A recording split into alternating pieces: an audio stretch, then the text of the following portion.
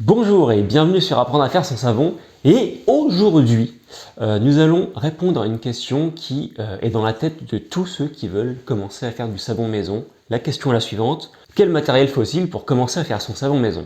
Je vais répondre à cette question en découpant ce matériel dans deux parties. La première partie, c'est le matériel qui est nécessaire pour se protéger de la soude. Ça, c'est très important puisque vous le savez sûrement, pour faire du savon, il faut utiliser de la soude caustique. Et la soude caustique est un produit qui est dermocaustique, c'est-à-dire qu'elle peut provoquer des brûlures chimiques parce qu'elle est très caustique. Caustique, en gros, c'est le contraire d'acide, mais c'est tout aussi mauvais pour la peau. Donc le premier point, ce sera le matériel pour se protéger de la soude, très simple. Et le deuxième point, ça va être vraiment, on rentre dans le sujet, quel matériel il faut pour fabriquer le savon. C'est parti! Très bien, alors on commence par le plus important quand on fait du savon maison, c'est la sécurité.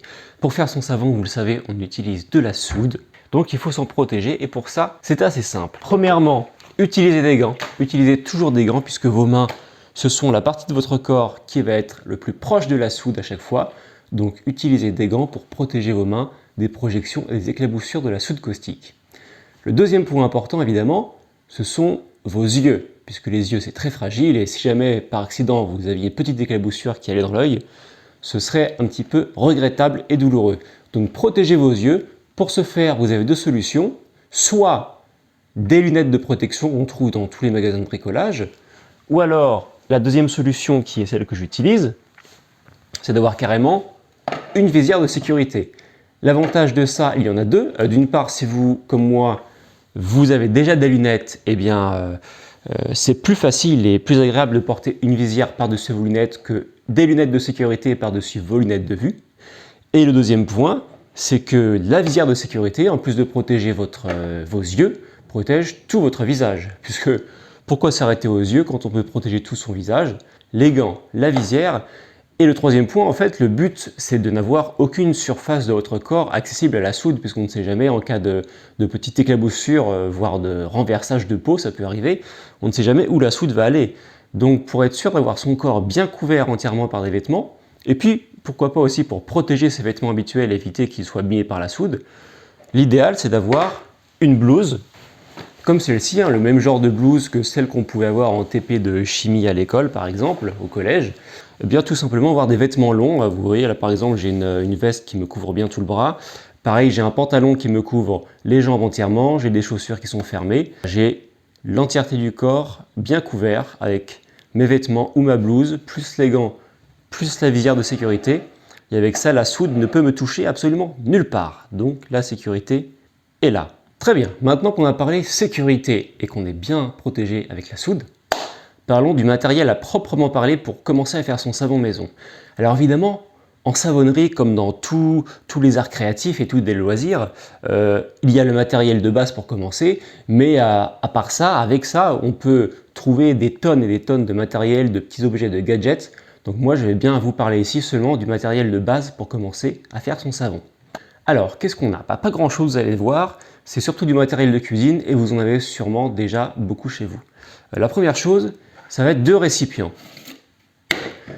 Deux récipients, vous pouvez en avoir plus, ça vous aidera, mais deux, c'est l'idéal pour commencer. Pourquoi? Dans le premier récipient, vous allez mettre vos huiles, vos matières grasses, vos beurres végétaux qui servent à faire le savon, donc votre mélange de matières grasses. Et dans l'autre, vous allez mettre votre soude, soit votre lessive de soude, que vous avez achetée, toute prête, soit celle que vous avez faite vous-même en diluant de la soude caustique en perles dans de l'eau. Évidemment, quand on a deux récipients avec des choses dedans, c'est quand même assez pratique d'avoir avec une ou deux, la deuxième vient de tomber, une ou deux marises comme ceci, ou simplement des grosses cuillères, des cuillères à soupe, pour pouvoir mélanger et bien racler les bords. L'avantage de la marise, si vous ne connaissez pas, c'est que c'est fait pour racler.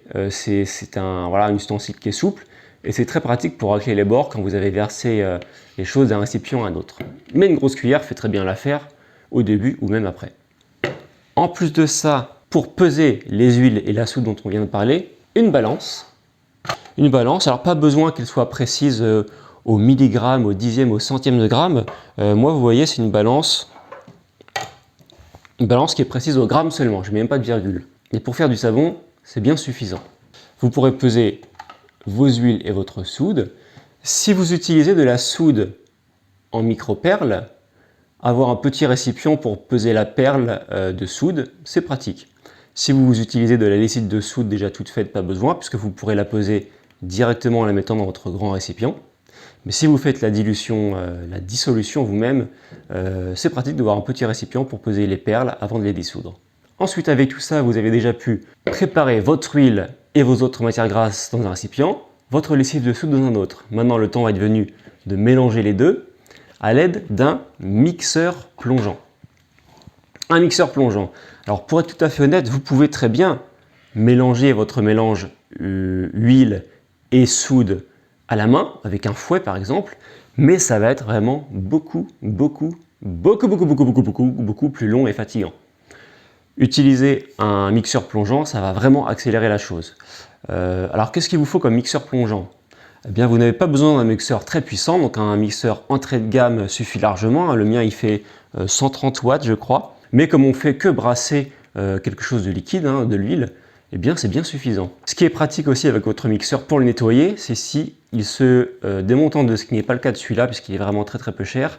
Mais souvent, vous savez, les mixeurs, vous pouvez faire clac, et la partie ici s'en va. Et puis au final, après tout ça, eh bien ma foi, vous avez de quoi faire votre pâte à savon. Il faut donc avoir un endroit où la verser, c'est-à-dire un moule à savon.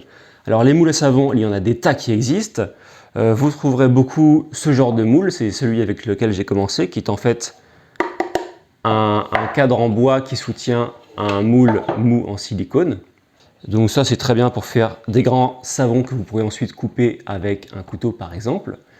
Mais si vous voulez limiter les frais, vous pouvez très facilement vous faire vous-même un moule à savon pour débuter, comme c'est le cas avec celui-ci, qui permet d'avoir des savons circulaires. Et en fait, c'est une boîte de Pringles, vous voyez, c'est une boîte de Pringles. Vous coupez un bout, comme ça elle est ouverte aux deux bouts.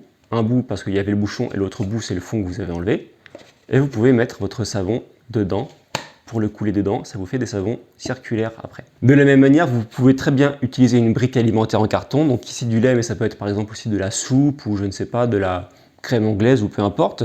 Vous coupez un côté pour qu'il y ait une ouverture et après vous pouvez verser dedans votre savon. C'est assez simple de se faire un moule à savon soi-même et si vous voulez le réutiliser, votre moule à savon fait maison, pensez à mettre un film alimentaire pour éviter que le savon colle, parce que si le savon colle, vous allez devoir déchirer votre moule en carton pour démouler votre savon. Alors qu'avec un peu de film alimentaire comme du papier sulfurisé, ça permet de démouler le savon très facilement et votre moule en carton sera réutilisable. Donc vous avez tout un tas de moules qui existent, vous pouvez aussi utiliser des petits moules individuels, comme je l'avais fait pour un savon en forme de cœur que vous trouverez sur le blog. Il y a des tas et des tas de moules possibles. Voilà vraiment pour la base nécessaire pour faire du savon. Donc vous voyez, c'est pas grand chose. Quelques récipients qu'on trouve n'importe où ou facilement d'occasion, une balance de cuisine, un mixeur entrée de gamme et puis un moule à savon qu'on peut faire soi-même. Voilà, vous avez vu l'essentiel je pense. Le premier point, donc, c'est du matériel pour se protéger de la soude. C'est très simple, vous l'avez vu. Le principe, c'est simplement de faire en sorte qu'aucune partie de son corps ne puisse être accessible à la soude en cas de projection. En ce qui concerne le deuxième point, le matériel proprement dit pour faire du savon, vous voyez, c'est simple, c'est du matériel de cuisine qu'on peut trouver facilement d'occasion éventuellement si vous voulez commencer à moindre prix. Alors il y a une question que vous allez peut-être avoir, c'est le thermomètre. En effet, vous allez sûrement voir dans d'autres vidéos ou d'autres sources écrites sur internet ou ailleurs qu'il est recommandé d'utiliser un thermomètre pour mesurer la température de sa soude et de ses huiles.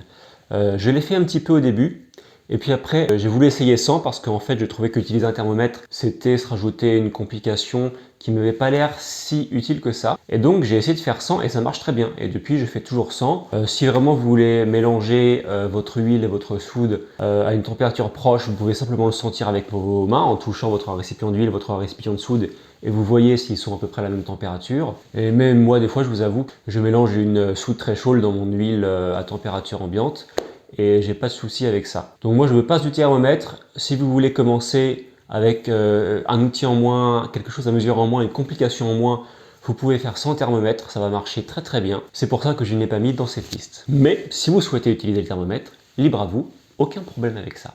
J'espère que maintenant vous y voyez plus clair sur quel matériel utiliser pour faire votre savon. Vous êtes prêt à commencer, vous êtes motivé. Alors hop, c'est parti, savonnez bien et à la prochaine.